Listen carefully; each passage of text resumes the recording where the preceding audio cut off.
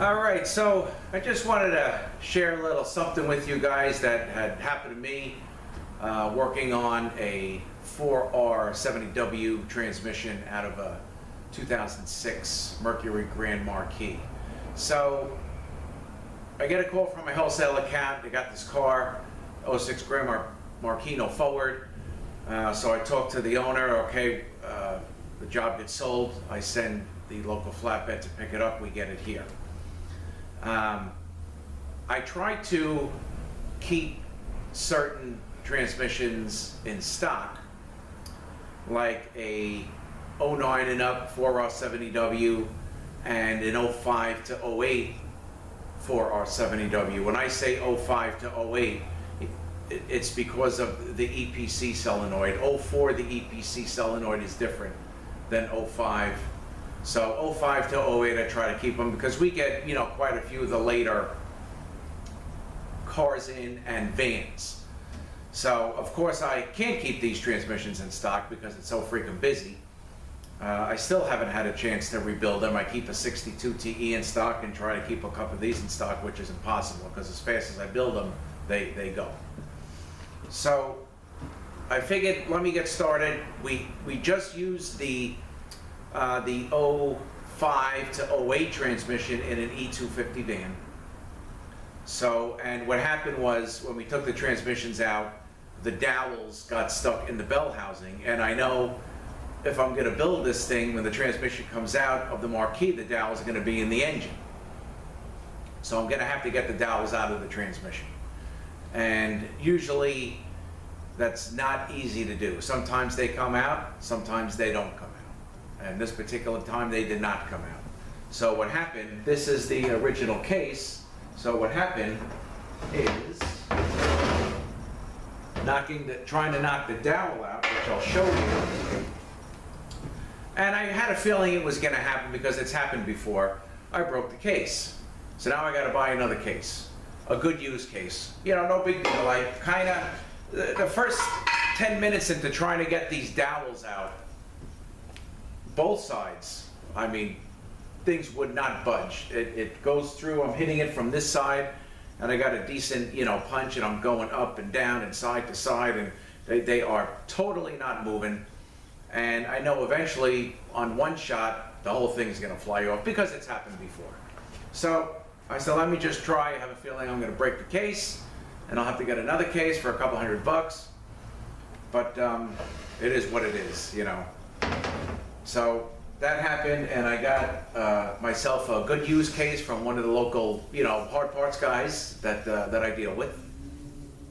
But again, so busy here, I didn't really look at the case because I've done this before many, many times, for other reasons like the backs being no good or something wrong where I had to get a case. And really never had a problem up until this one, which I really didn't notice until there was a problem. So now this is a completely different transmission, and this transmission came out of that E250 van, had a stripped direct drum, so no third, no fourth. The wholesale account that I did this one for drove it here. All right, so I overhauled all this stuff, put it into this case, new converter, oil it up, in the car, drive, no drive. Good reverse, does not have drive at all. I mean, I was suspect of the case because I know it didn't have that problem before, and I air checked the drums on the pump, and then when it's on the valve body, I air check it again. And to me it sounded okay, but put this thing in drive and nothing. So I put a gauge on it to see what's going on, and I have zero pressure. Probably should have maybe 60, 70 pounds of pressure. I got zero. So I got a big leak, a big hole somewhere. And again, immediately I'm suspect of the case. So we dropped the valve body back out and, looking around now, upside down with a flashlight, I kind of saw something, and then when the transmission was out on the bench, I saw something else. And when you get these things, they're dirty, So I flat sand it, I wash it in the tank and, you know, blow it off, and I said, let me get going because it's, you know, I'm running at least a week and a half behind now. It's you know, thank God it's busy. I'm certainly not complaining about that, but it's just very busy between the wholesale accounts, between the retail accounts, and also YouTube. You know, I'm right now I got I'm getting brought to me an Audi transmission. I'm getting shipped to me a 6H P19 valve body. I just did a Jaguar. The guy drove from upstate. I just had the Mercedes transported here from upstate, all from that. So between everything, it's crazy, crazy, crazy. So, not that I'm making excuses, I totally didn't see it, it's my fault, I should have checked it, but being the fact that I usually don't have a problem, I didn't. So, what I want to do is get a little closer up on this main case and show you the good section, and then I'm going to slide this over and show the bad section. There's a couple of cracks that I marked in yellow with yellow marker, and there's actually even a whole section of the case missing. So let me just, before we get to that, let me just say one more thing. So I put this thing in drive. I have no drive, 0. All right, the gauge on it, the pressure is 0. If I race it up, I have maybe 20, 30 pounds of pressure. So the forward clutch circuit, what is involved in the forward clutch circuit? So the oil goes to, of course, the forward clutch, which is the drum with the input shaft on it. That's the forward clutch drum. Okay, the oil also goes to the release side of the overdrive servo. So the release side of the servo is the spring side of the servo. All right, so it's gonna basically hold the servo off. The spring also holds it off, but the oil is there too. And on the third accumulator, the inner seal of the third accumulator, forward clutch oil goes there too. Let me see if I can just find one just to show you. I mean, I just did a ton of these things, and let me see if I can find one of those little seals.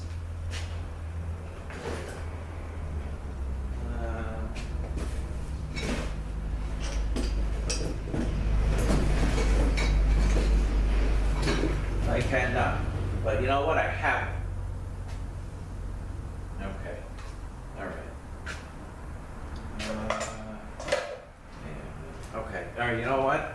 Let me run and get one. I got a new one, and I just want to show you which the accumulator is and the inner seal that I'm talking about. So give me 2 seconds. I'll be right back. Okay. All right. So this is the third accumulator, or the 2-3 accumulator, and you have oil on the innermost seal of this accumulator. And here is the overdrive servo piston, and again I said the oil is on the release side or the spring side, so that's this side. This here is the apply side, and this would be the release side. You got the big spring here, you got another little spring here, and the oil is on this side. All right, but if you have to take this servo out in the car, you're gonna lose the band. So you gotta make sure you get something up in there somehow to hold the band in place, so you don't really want to take this out in the car. I didn't mind taking it out in the car because I know this transmission is going to have to come out, because I know there's something going on with this case because it didn't have this problem before. So I take the servo out, and oil was there, you know, so I undo the clip and drop it down, and we got some oil there. And then I took the 2-3 accumulator out, and actually the grease was still there. There was no oil there. So it probably wasn't even making it there because of the big leak. So let me get a little closer onto this case, which is the one that's broken. I'll kind of show you where I broke it. It broke it on a dowel, so there's no way I can use it again. And I'll show you, you know, the tracks here, the forward clutch circuit, where it goes, and where I found the cracks. And I just wanted, you know, to share this with you guys, because normally, like I said, I don't really have this problem, but you know, this thing was overlooked, and I really should have never got this case, because even the hard part guys should see. I mean, there's a whole section of the case missing. I mean, how can you not miss that? Well, I missed it until it was in the car and I was looking upside down. I says, oh, look at that. That shouldn't be like that. So let me get a little closer and I'll just show you this stuff, just kind of like a quick video to share with you guys. So if you guys want to get used cases, you know, which is fine, just, you know, kind of check them out, you know, put them side by side and look at them and make sure the bell is the same and the starter position is the same, and just give it a good once over. All right, let me get a little closer onto these cases. All right, so this is the case. Let me just show you this that I broke right here. All right, the piece should go something like that, and trying to knock the dowel out. And the dowel, as much as I hit it, the dowel didn't even move. So I broke that there, and that's why I had to get the new case. And this dowel is still stuck in there. I couldn't get that one. Okay. So here is the forward clutch circuit. Okay, here and here. When I put my air test plate on, I'm actually air checking down here to check pretty much the integrity of the circuit, and I'm telling you, it seemed to me like it air checked okay. You know, I didn't sound like I was losing a tremendous amount of air. I would air check it, release the rubber tip, and I would get some back pressure, so, you know, I thought it was good. All right, so forward clutch, where is it? Yeah, right here. Okay, forward clutch pressure here. This is the circuit. All right, so this case is good. Just remember this section here, and we got a problem in this section and a problem here. All right, let me bring the other case up that I had installed in the car. Okay, so we got a whole section missing here. Now, I'm not sure if this is really an issue, but of course it should be there for the because the forward clutch pressure is here. I don't know if there's any kind of crack here, but again, we do have oil coming into this third accumulator on the inner seal. So this is missing, and I'm telling you, I had zero pressure, none. And the forward clutch gauge would go here, you know, for the tap again, and I got a crack here also. Goes down, you know, pretty much, you know, to the bottom of the casting. I marked in yellow as a crack there. I didn't even see that one at first. I saw this in the car, and then I says, well, that's not right. And then when I clean this up like this, because I wanted to make a video, and I had it outside, I says, oh, it was in the sunlight, nice and bright, and I says, oh, look at that, there's another crack. So between this one and this one, I had no forward at all. So I just wanted to share this with you guys on this 06 Grand Marquis. I called him up. I told him I want to hold the case because I kind of wanted to show you guys and make a little video. And we got it. He sent another case the next day, no problem. I looked at that real close, and of course it was good because they normally are. And swapped all the parts over in the car, and the guy picked the car up a couple of days ago. So that is it on this 06 Grand Marquis with, it's funny because it came in, not even the original transmission, came in with no forward. And I'm going to be opening that, but eventually, but I don't have time. I got Honda transmissions to do. I got 4L80s. I got a 6L80 in. I might have another 6L80 coming in, so I can't even build the stock yet. But it's funny how it came in and went out, and then, you know, I'm thinking, and I can't think straight, and I say, well, that's the problem it had. But then I remember it's not the same transmission. And I remember what happened to this one because I remember tearing that down and it had no third gear because that drum was stripped, the direct drum was stripped. So again, crack here in the forward clutch circuit. We got a crack here right next to the forward clutch circuit. But between the two, possibly, I had a huge leak of 60 to 70 pounds of pressure.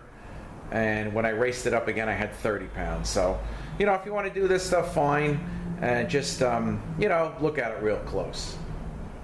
All right, so that's about it for this for R70W. I thank you guys for watching. Have a great day, and we'll see you next one.